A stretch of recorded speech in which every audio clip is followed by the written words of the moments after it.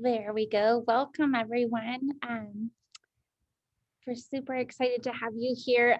The purpose of this webinar today is just talking about developing emergent writers with the support of using the Writereader tool, which is one of mine and Katie's favorite tools to use. So we'll just introduce ourselves. My name's Tracy. I'm in Billings, Montana. I'm a tech integration specialist. I work mostly with our kindergarten through third grade teachers and students, helping them integrate technology and use these new tools in meaningful ways in their classrooms. My classroom teaching experience is in kindergarten. I taught kindergarten for about 12 years, and I also had the opportunity to start this school year as a fully remote first grade teacher. So I've spent a little bit of time doing that as well. So I'm super happy to be here with you today, hopefully sharing some ideas, and then Katie and I will leave some time for some questions at the end too. Yes, and my name is Katie Gardner. I'm an elementary English as a second language teacher in Salisbury, North Carolina. I usually work only with kindergarten ESL students. This year I'm working with kinder and first grade. And yeah, I've been using Writereader probably from the year it was born, from the get-go, and I have just really loved this program so much. I've seen how it's really helped and supported my English as a second language students in both reading, writing, really all of the language domains. And I have used it both in the classroom when we are learning one-to-one, face-to-face, back in the olden days. Now we are currently in hybrid learning at my school, so I have used it within our hybrid learning environment and seen how it works to support our learners in this new learning situation. And I also used it back in the spring during our complete virtual learning. So it was really a great tool to adapt to any of our learning environments. And I'm excited to share some of the ways we've used it to support writing. Awesome. All right, so our quick little plan today, what we'll be talking about is first just getting started with Writereader. For all of you that are maybe new to the program, not quite sure how it looks, what it looks like when you create a new book. We'll just do a little overview of getting started with Writereader. Then we will move on to some supportive features. This is one of my favorite things about Writereader. Within creating a book, if it's a teacher book or a student book, there's so many supportive features, multimodal features for our students to use to support them in reading and writing. We will do a quick template demo showing you how the template feature works, which is amazing. I love templates. And then hopefully some time at the end for a little Q&A. And here is the link to the presentation later on if you would like access to that. Awesome. So please, go ahead and drop questions that you have in the chat box. Since there's a few of us on, we can try and keep an eye on the chat box. But like Katie mentioned, we should have a little chunk of time at the end too, just to answer questions for you and show you things if you have anything that you want to see us demo for you as well. So this is just a quick little slide. I dropped the link for the slides in the chat. I know last time Babar emailed out the slide deck after the webinar as well, so that you can grab it that way. Katie's going to go through a little bit more in depth how to get started with Writereader, but these are some great resources. So all of these are links. If you click on them, this one takes you to the quick start guide. There's some frequently asked questions, and then the blog, which Giannis had mentioned at the beginning, has some great ideas and examples posted in there, lots of writing prompts and things for getting started using Writereader. So these are all great resources to just kind of be aware of and refer back to as you need them. All right, so let's kind of begin by looking quickly at the stages of writing development. I love this graphic organizer that Writereader has posted on their website. I think it's really helpful in looking at the different stages and growth throughout writing. Today, we're going to kind of focus on that emergent writing piece, maybe 5 through 7.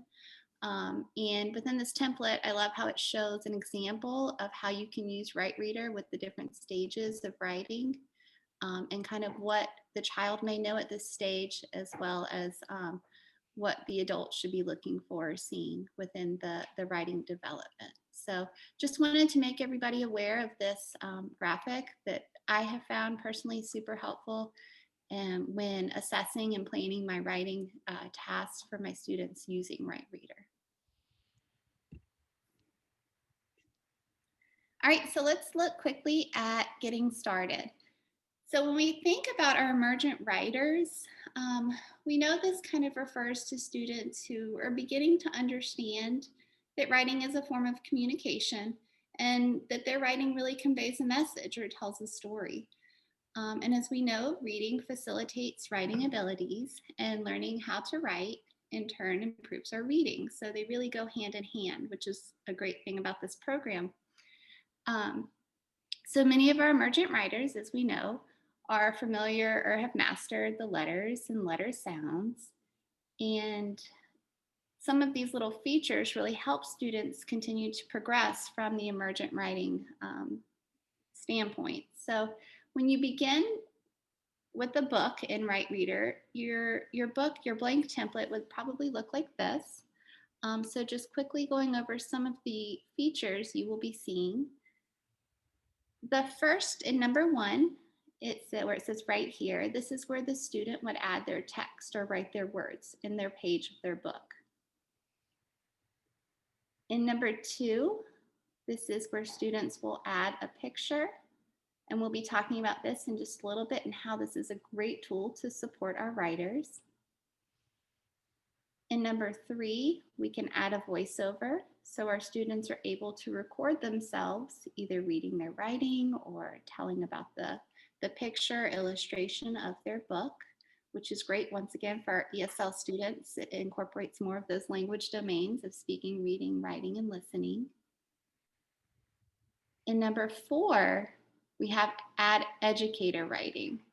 And to me, this is really what kind of sets aside Writereader from other programs, bookmaking programs. And I really, really like this feature where you have this teacher text box or educator text box where we can do so many different things to create really fun and interactive writing tasks that we'll take a look at a little bit later.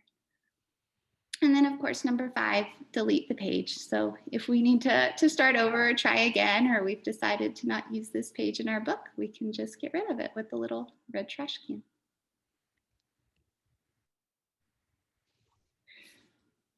So let's talk about some supportive writing features that students can use in creating these really rich texts that will support and incorporate our writing skills. The first one is images. There's so many things we can do with images to support students' writing. When students click on the image bank, Writereader has supplied a huge library of photos or images for them to choose from. And I love how it's kind of created these little categories up at the top in the blue the blue lines up at the top with the smiley face or the dinosaur, and students can kind of look through these different image libraries. This is a great way to incorporate vocabulary. You could have students create kind of a themed book, and it just really helps spark, their excitement about writing. There is a search button where students can search for a picture on a student-friendly site such as Pixabay, which is nice. As we know, we want our students doing those safe searches, so it can take them to a safe search for them to look for a more personalized picture for their writing. There's the camera button, which is great, so students can tap that and then add a picture from their camera roll or take a picture with the camera on their device, which creates kind of that personalized connection. or if they are prompted to write about something around them, if it's at home or in the classroom, they can take those pictures themselves to add to their book.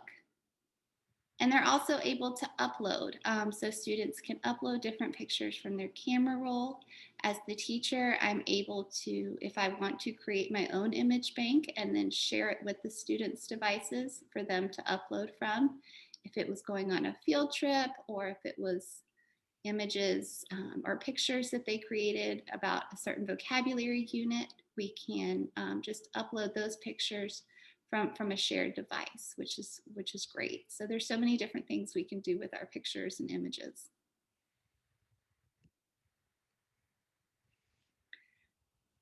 So moving along to the educator text, which is my favorite, when teachers are kind of creating this page template that they would like our students to use in the writing to write, you can select, I've shown on the left side here, the template with the educator text. So you'll have, I call it the baby owl and the big owl for my kindergarten students. So with the baby owl, that would be where students create their own writing sample. And then in the educator text, or the big owl, I'm able to do so many different things to support the students' writing. So this might be where I put different words serving as a word bank, which is a great support for our early learners or emergent writers. Many times we know our emergent writers use inventive spelling when writing. So I might need to put, after reading their writing and having them read it to me, if there's a lot of inventive spelling, I can type out the correct sentence or words there in that educator text. You could also put task directions there in that educator text, kind of prompting students on what you would like them to write. And I've also used them as question prompts. So if I would like to create a template, a book template, which we'll talk about in a little bit, with question prompts on each page for my students to respond to in a text at the baby owl right here text box. So asking questions for students to respond to in writing. So it's a great way to do that as well.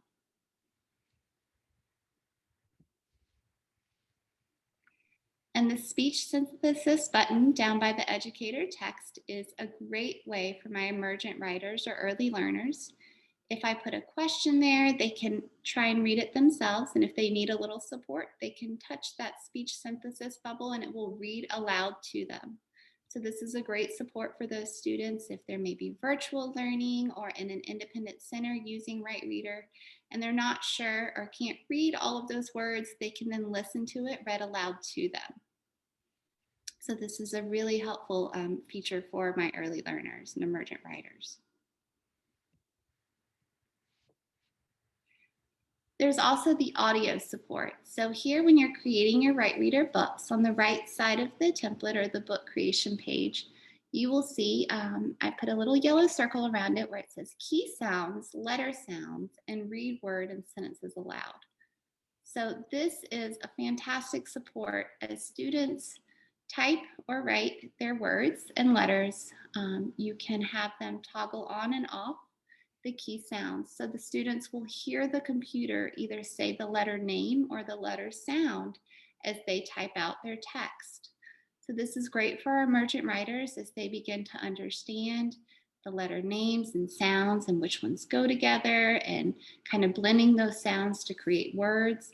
So it's a great support for them as they begin to write. And you can also have them toggle on and off the read words and sentences aloud.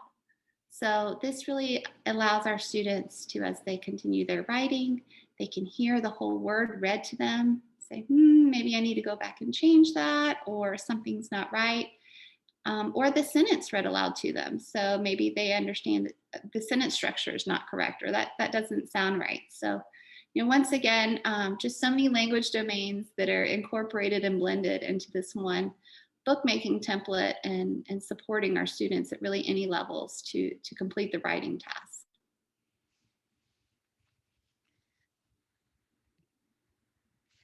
Awesome. Thank you, Katie. I loved that.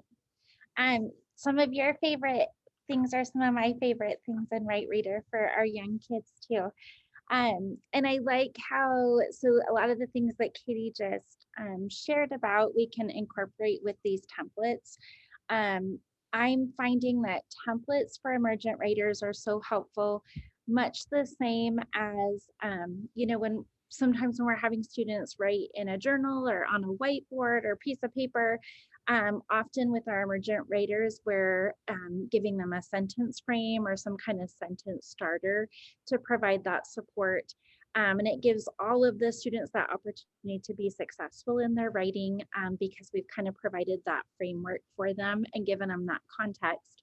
The template works in a similar manner, I think, because we can provide that sentence starter within the book template in Writereader. So it's super easy to make your own templates in the Writereader program. Um, Following those sort of getting started tips that Katie shared when you go to create your book, the teacher can go in. So here's a template for a book I created for the month of March where they could share things that they feel lucky about. And so just up there at the top, you can see where I can just toggle that button. Once I click on that template button and turn this on, this book that I've created will now become an option for the students. So I believe, let's see, when the students go to start a book, you'll notice then that they just click on the plus sign, but instead of creating a new blank book, they can now choose that book off of the selector there. So they now see that little, I feel lucky template. I usually show this to them, with everything with our young students, we usually kind of highlight and show things whole group. So I show this to them. I usually, on my templates, I select an image that would make sense because this is so visual. So to have that shamrock right there, that's going to make it easy for them to select this particular template. But it's as simple as that. I make my book, I toggle that on, and then when they click on the plus sign, they can just click the correct template, and then it will make each of them their own little copy. I wanted to pause for just a second before I talk about this, but I really like, maybe I'll go back to this example quickly.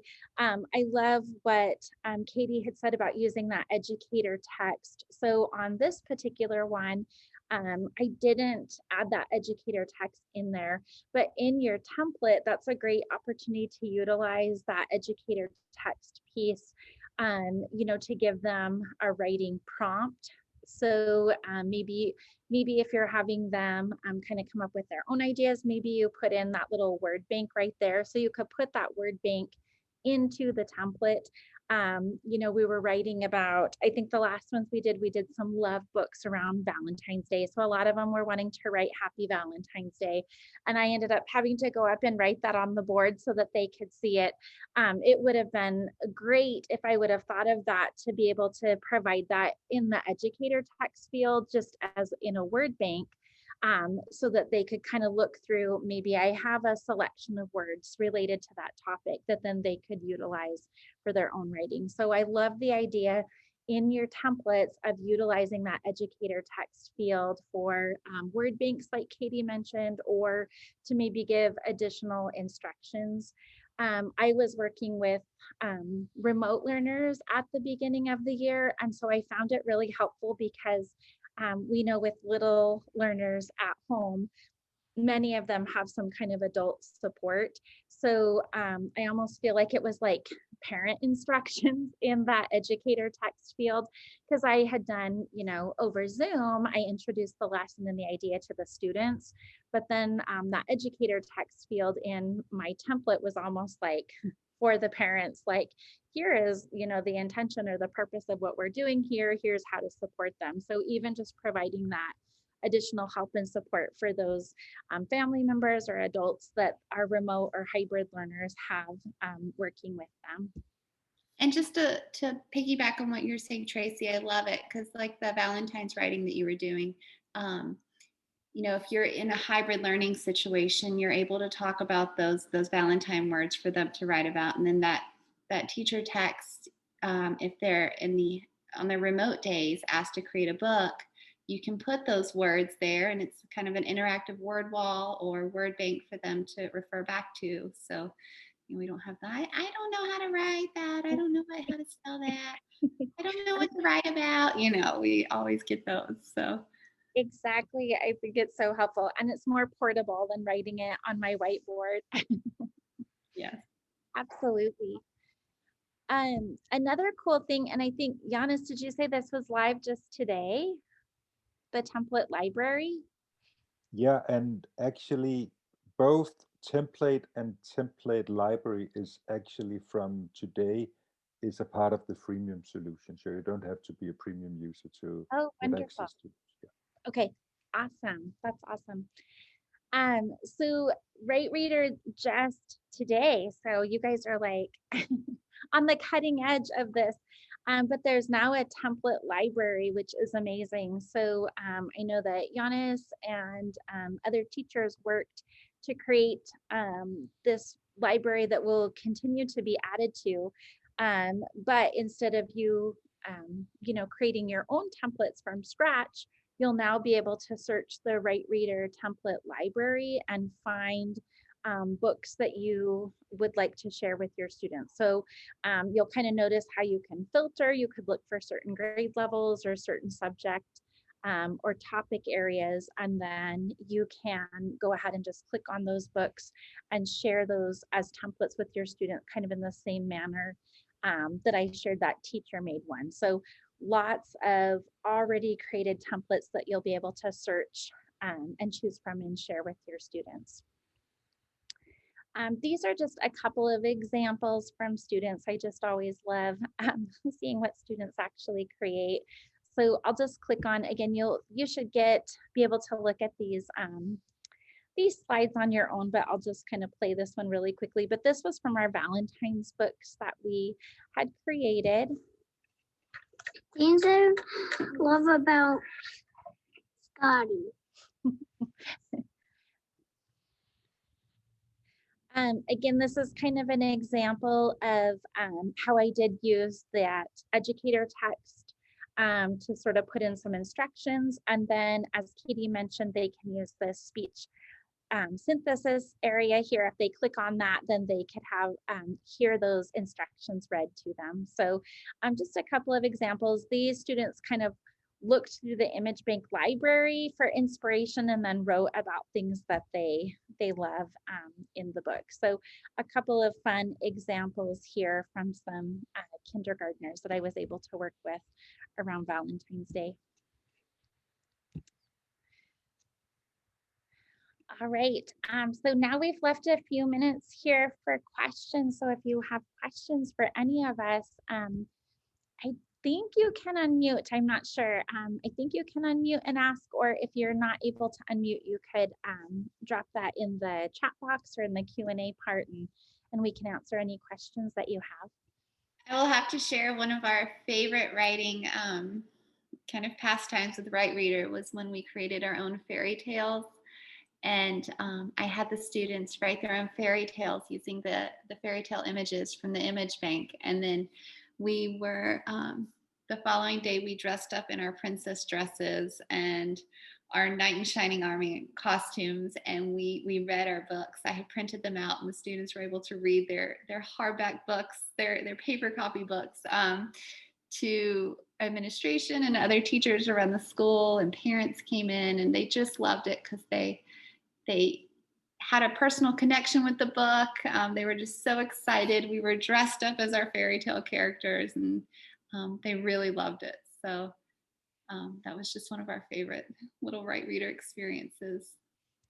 That's such a fun idea. I love that. And that would be even fun to do hybrid or remote. Let them all dress up and share with one another over a Zoom or something. We use a lot of Seesaw, and so I love how easy it is to grab like a link from a book and share it in Seesaw. That's how we love sharing with parents, but I also really like how easy it is to just like the kids love once they write to be able just to come to the bookshelf. So they don't have to go anywhere else to look. They just come back to the bookshelf, and they love being able to scroll through and see their classmates' books right away too. So that I think is really fun. Like they're real authors and they publish and get to share with each other so easily. And another idea for the teacher text is creating a bilingual book. I think that's great. You can have students where the baby owl is, write in English, and where the big owl is, write in either their native language or whatever, second language maybe you're learning. I think it's a really neat way to kind of create a bilingual text.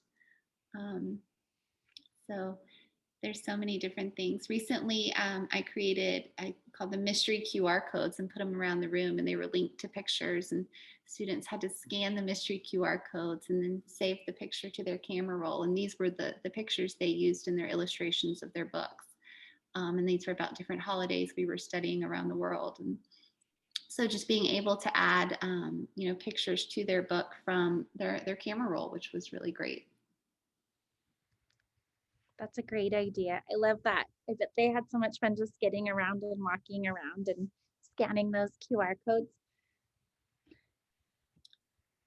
Yes. So once you log in as the educator, you can create your own class and add students, and there will be a class code. So when students sign in, they will put in that class code. My daughter has her own. I'm showing you this one just so I'm not showing any kids information. So my daughter loves it so much, I had to make her own little bookshelf. So her own little class. So she makes all of her own books here. But here's where that setup is. To add new students right here. And then Katie was talking about the class code. So the class code is right here. And I do find that even with our young students, Katie, I haven't found that they've had trouble typing in that class code. I usually set their username as their name, and then it's a pretty simple class code that they have to type in. And I haven't found that they have. I think it's really great practice for them.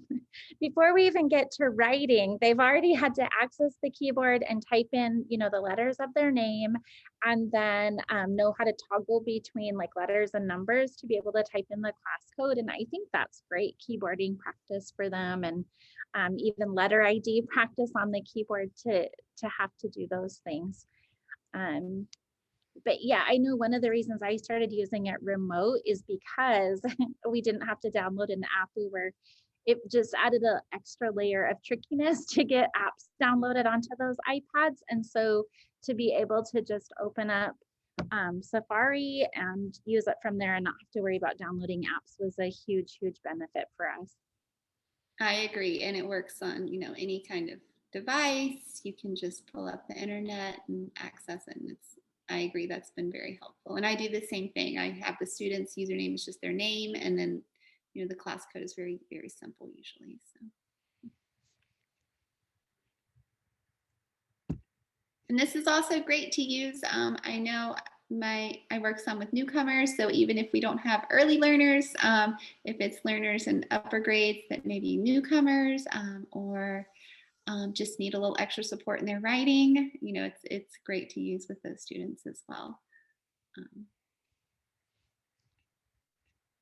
So yes, please feel free if you have any other questions to reach out on Twitter. I love sharing with my PLN and posting on Twitter.